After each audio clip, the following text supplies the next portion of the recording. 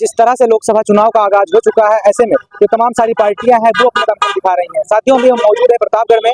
यहाँ जानेंगे कि यहाँ की जनता हमारे साथ मौजूद रहेगी। उनसे हम जानेंगे कि इस बार वो किस पार्टी की सरकार बना रहे हैं। कुछ लोग हमारे साथ हैं, आगे भी चलेंगे, उनसे बातचीत करेंगे। दादा, क्या नाम है आपका? वीरमणि वर्मा। 2024 के इलेक्शन में आपकी क्या जीता हुआ था? भारतीय जनता पार्टी की सरकार बनेगी?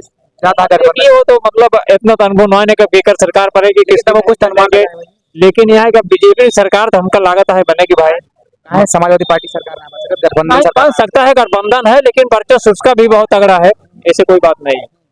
वर्चस्व उसका भी बहुत तगड़ा है, लेकिन वो पार्टी की बात है। अब इतना अनुभव नहीं कौन बनेगा, लेकिन एक लड़ाई में दोनों है, लड़ाई में दोनों बराबर की लड़ाई होगी। से देखा जाए, यहाँ के जो सांसद है संगम लाल गुप्ता, उनको कुछ कार्य हुआ है क्षेत्र में?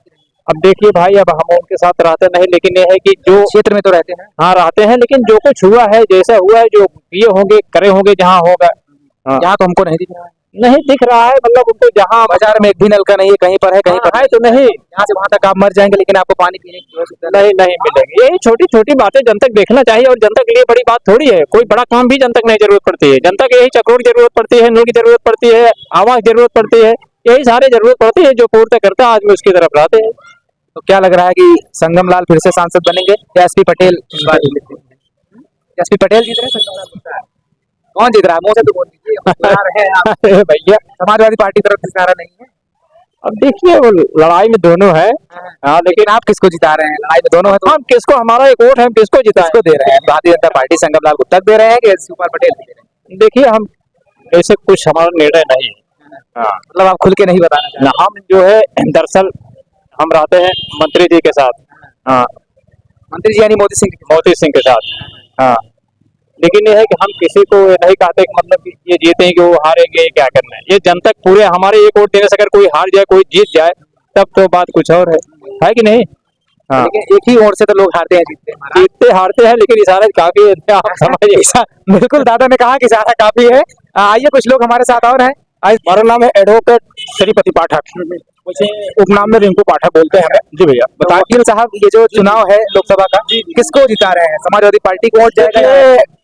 वास्तविकता बता दें, धरातल पे जो काम शिक्षा, सड़क, स्वास्थ्य और किसानों के लिए, गरीब मजदूरों के लिए जो काम आदरणीय नरेंद्र मोदी जी कर रहे हैं, वो काबिल तारीफ है। प्रशंसा के लिए हमारे पास शब्द नहीं। अब कहने के लिए तो लोग बहुत कुछ कहेंगे भाई, किसी का मुंह तो पकड़ा नहीं जा सकता, लेकिन इसके पहले आप देख लीजिए, जो हमको समझ में आ रहा है वही मैं स्पष्ट रूप से आपसे बता रहा हूँ। तो फर्क साफ है आपके? ये मान के चलिए 400 पार।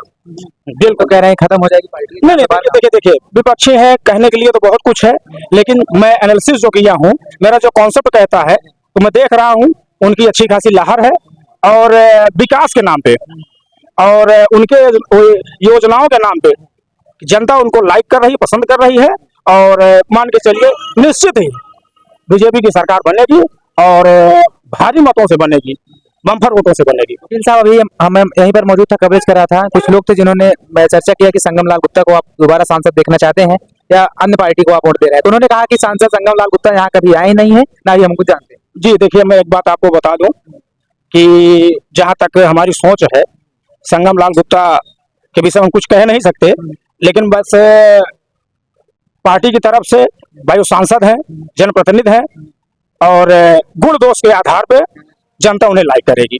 बस उनके लिए मैं यही कह सकता हूँ। कहने का मतलब है कि जनता उनको लाइक करेगी, पार्टी की वजह से लाइक करेगी? जी, निश्चित। तो भारतीय जनता पार्टी की सरकार तो है 400 के पार।